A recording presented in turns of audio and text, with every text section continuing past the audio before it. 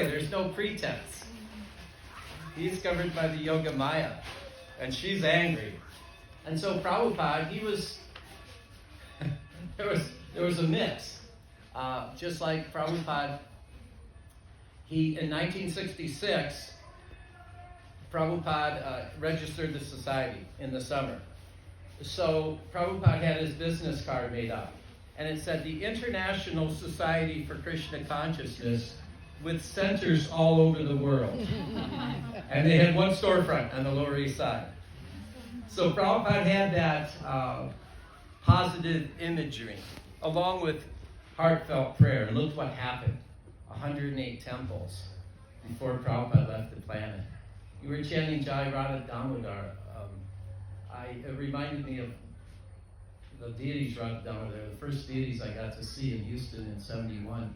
And Vishnu Jamaswamy put me in charge of making the garlands every day. And my budget for about 2 years was $0 every day. So I'm still thinking of Radha Damodar.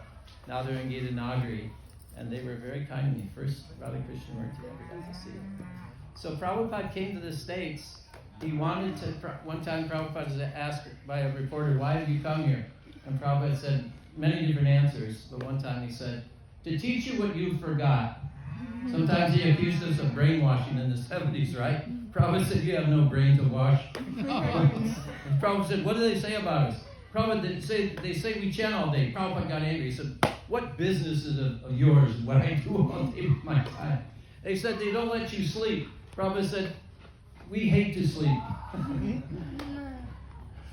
So, Prabhupada came to do two things. He came to spread knowledge of Krishna. My first question to the devotees in Denver in the spring of 71 was, who is God? And the devotee said, Krishna Stu Bhagavan Swayam. Krishna is the Supreme Personality of Godhead. What's your next question? I said, finally getting some answers here, because I've been cheated by like 1,000 yogis and so-called gurus and swamis in the Denver area at the time. Radhanath Maharaj, he had to go across the Mideast to get to India. I didn't have to do that. I went to the Himalayas in America, called the Rocky Mountains. There were all the ashrams and the yogis. I asked them, who is God? He said, you are God. I read their books. They say, you do not have to read books. Krishnamurti wrote like that. You do not have to read books. What the hell am I reading this book for? Prabhupada wanted to spread this love of this knowledge of Krishna. Just like in America, you can go anywhere. Nobody has a clue who is God. That's why there's 2,000 different divisions of Christianity. They all have their different concepts. They haven't got a clue who is God. And so Prabhupada came to give clear, direct knowledge who is God. Then you can really develop some love for Lord Krishna. And he wanted to establish, this is the other part of his mission, is he wanted to establish Vrindavan villages. So Krishna is very kind to us today, isn't he? It's a beautiful day. The cows are cooperating. Look, all the kids are over there going to feed the cows in a second. The cows could be wandering anywhere on this 200 acres. But they're here today, and it's really wonderful to see my spiritual family expanding. This is what Prabhupada's doing all over the world. He's doing lots of things. Can you not chant while I'm talking? It bothers me. I don't know what you're doing, chanting or listening and chanting. I don't know. So I just had some notes, if that's okay. So this is Akash's vision of Krishna Balaram village.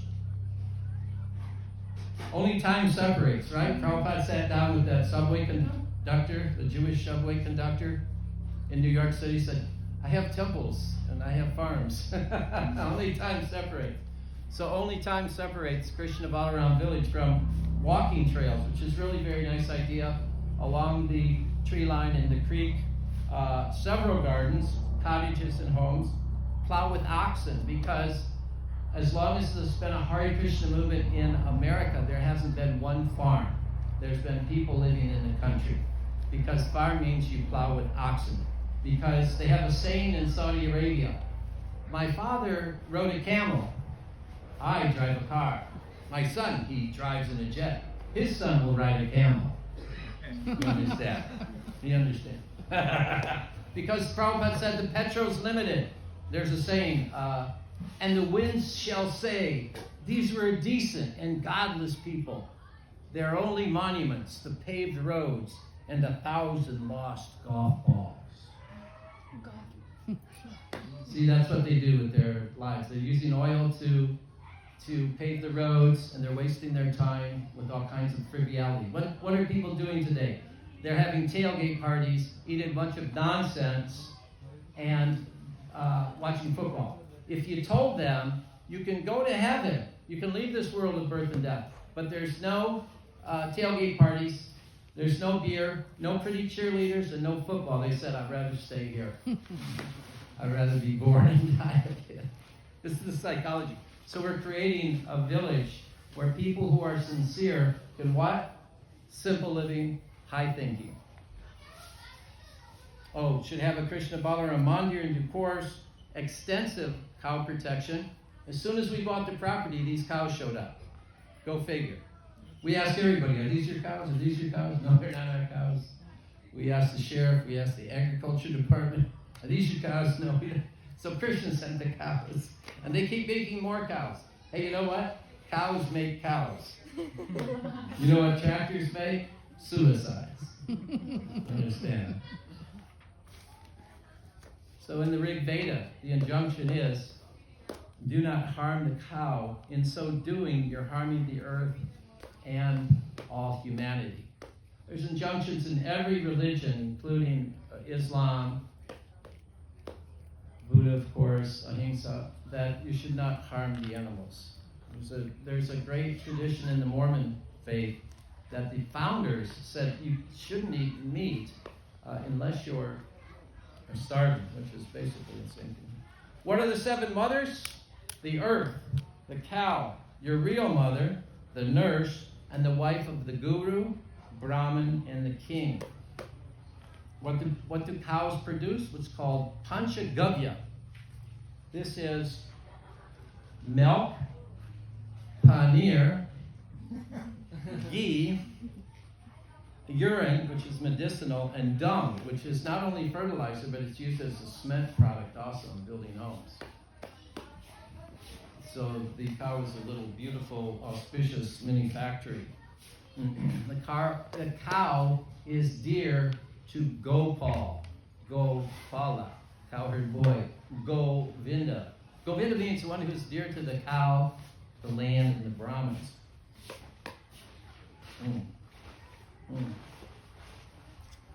So it's a little distasteful, but there'll be so many repercussions. Prabhupada said many times that because the civilization is based on petro and animal slaughter, there'll be repercussions. The petro is limited, for one thing, and the repercussions for these sins. What our Vedic villages are based on the land and Krishna and the cows, and they are the key to real sustainability. We've had Krishna people living in the country, but there's been no real sustainability. And that's what a Vrindavan village, Prabhupada wanted to spread this Vrindavan village concept. Petro's limited. Believe it or not, Vedic village life, a God-centered farm, is the solution to the world's problems. Because everything's based on an artificial standard of happiness. Therefore, hunger can be satisfied. Pollution can be eliminated. And war. Krishna Balaram Village is a new vision of the natural world. And it offers hope and transformation.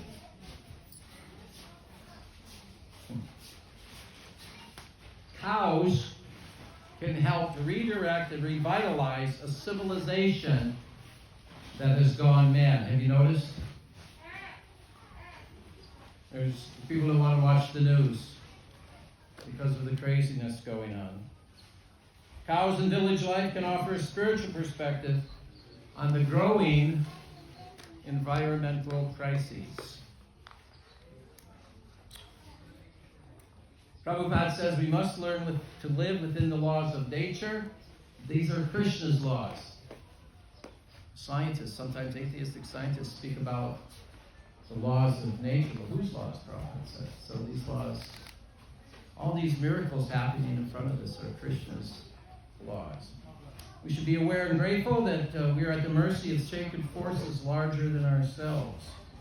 And this Gopastami today is a celebration of gratitude to Mother Cow and the bulls.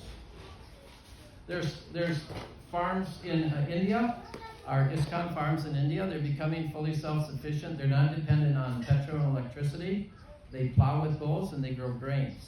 So a community doesn't live on salad. You have to have grains and beans.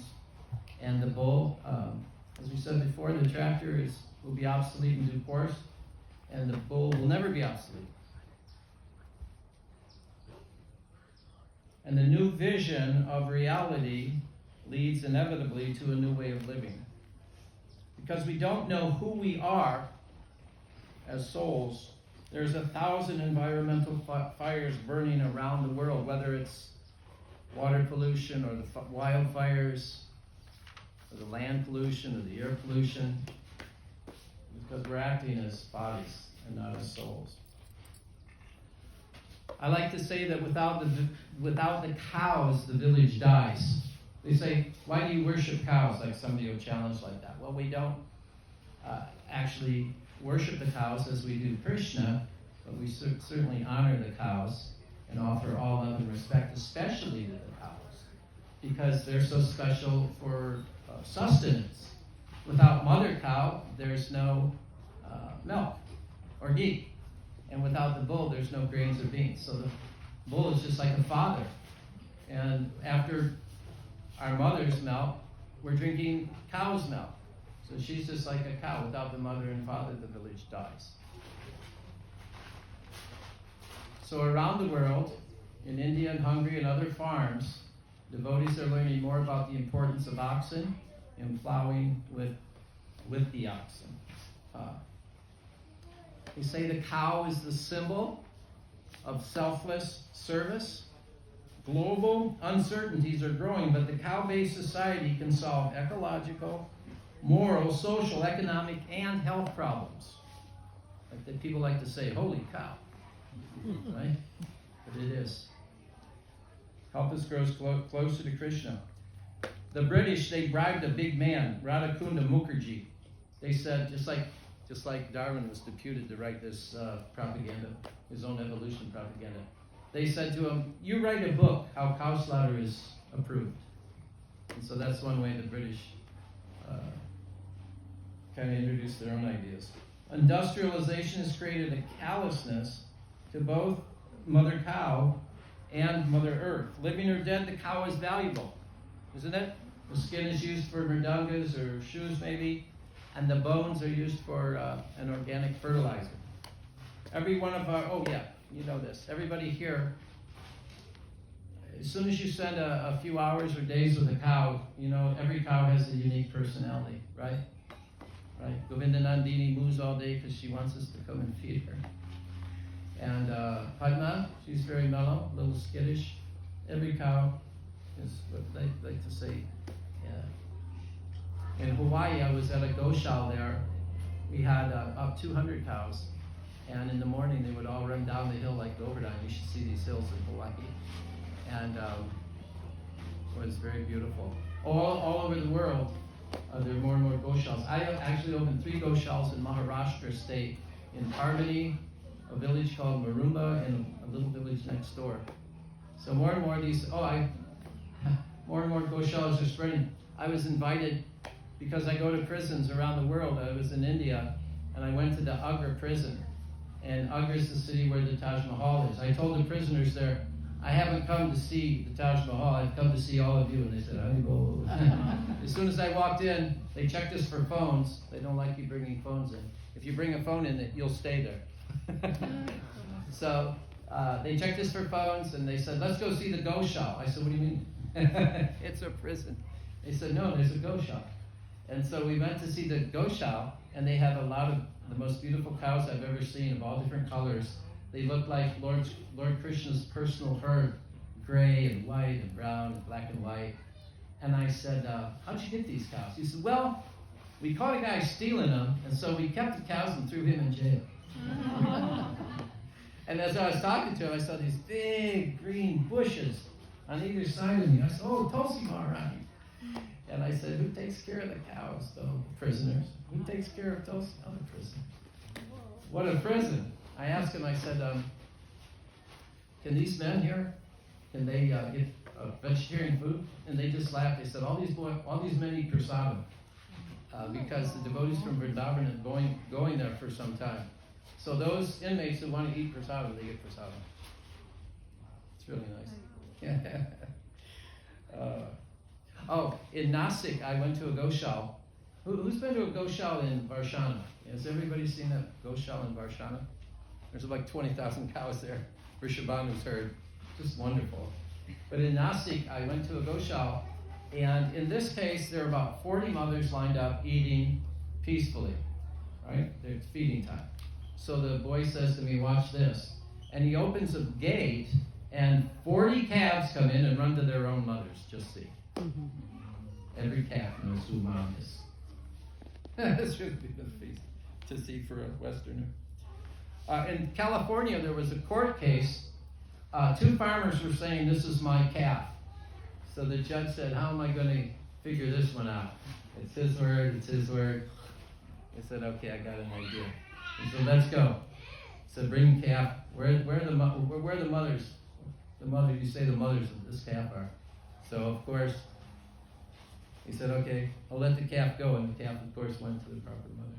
The other guy got thrown in jail. You've seen cows lament, dead companions. They cry tears sometimes. I've seen cows cry tears. Yeah. It's different cases, but they mourn dead companions.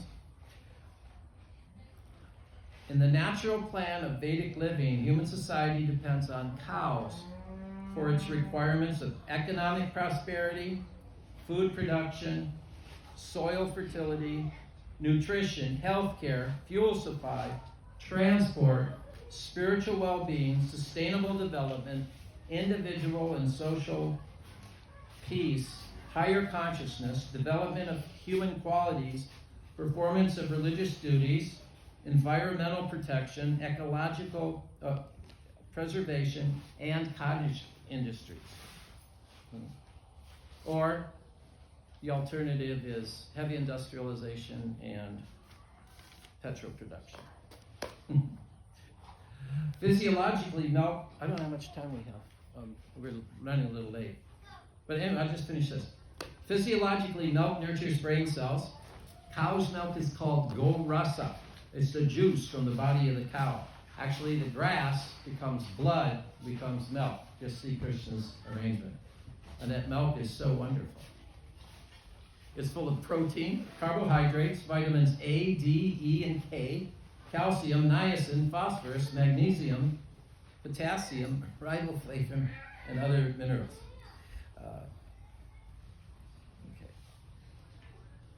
Okay. I just wanted to say something about Krishna and Mother Jashoda. How do you like this picture? Is that a beauty? Oh, I have so many pictures. So beautiful. Another one. Oh. Is that Yashoda? That's Jashoda. Oh my gosh. She's a lovely gopi. Just see. So I wanted to read just one prayer and a little bit about the meaning of Kartik, because that's why we're here. Oh, shoot. So I like this particular verse. O Lord Damodar, just as the two sons of Kuvera, Manigriva and Nalakuvar, were delivered from the curse of Narada and made into great devotees by you in your form as a baby, tied with rope to a wooden grinding mortar, in the same way, please give me your own prem bhakti. I long only for this and have no desire for any kind of liberation. Prabhupada, he said in one of his prayers, this is Prabhupada, there's Bengali and this is Prabhupada's, the translation. Oh my dear brother, he's speaking to Krishna, in your company I will experience great joy once again, wandering about the pastures and fields, I will pass the entire day with you in tending the cows, running and frolicking with you throughout the many forests of Braj. I will enjoy our pastime of stealing and eating one another's lunch. When, oh when, will that day be mine? Haribol. So just very briefly, this is nice. I just like to read this.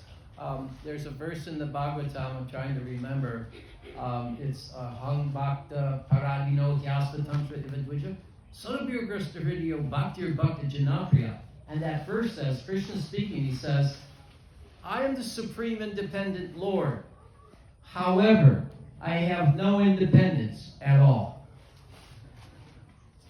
And that's because he's subordinate to the will of his pure devotees, like Mother Jashoda and the gopis. When he was a little boy, right? They would clap and he would dance. Lord Chaitanya told Rupa Goswami when he was bowing down and offering prayers with deep feeling coming from the heart of a pure devotee. Lord Chaitanya said, stop, you're breaking my heart. So the devotees, Krishna says, I'm fully independent, Lord, but when it comes to my pure devotees, I have no independence at all. I'm controlled by their affection. The hidden message in Kartik is that Krishna is controlled by his devotees. The goal of our sadhana is to develop spontaneous Braj Bhakti that isn't always dispensed. This is a very special appearance of Lord Chaitanya, where he's distributing Braj Bhakti. That doesn't always happen. Krishna dances to the whims of the elderly gopis, and there's not a slight trace of awe and reverence. But that Krishna is our little boy. This spontaneous devotion establishes Braj Bhakti as supreme. Brajbasis are Krishna's family, they're Krishna's people. Narada promised Nala Kuvara and Manigriva, you will be delivered. Prabhupada's promise is the same. Maintain proper sadhana and I will take you back home. So I guess the twin Arjun trees got purified because they got the Brajbasis Association. They're growing in the Chintamani. Krishna's there, and they remember their past. Narada set the standards by which they could be delivered. So in the beginning, Prabhupada said you chant 64 rounds. And the devotees eventually said, that's hard, we can't do it. So Prabhupada lowered the standards to 16. Strictly follow the regulative principles. Maintain a solid sadhana and try to spread this movement. I will take you back to Godhead. Why? Because I have a door to the back. I have a key to the back door, Goloka. So Prabhupada has very mercifully set a standard that we can attain. And if we follow that standard, then we can also attain a Braj Bhakti. And what a gift that is. And we have Srila Prabhupada to thank for that.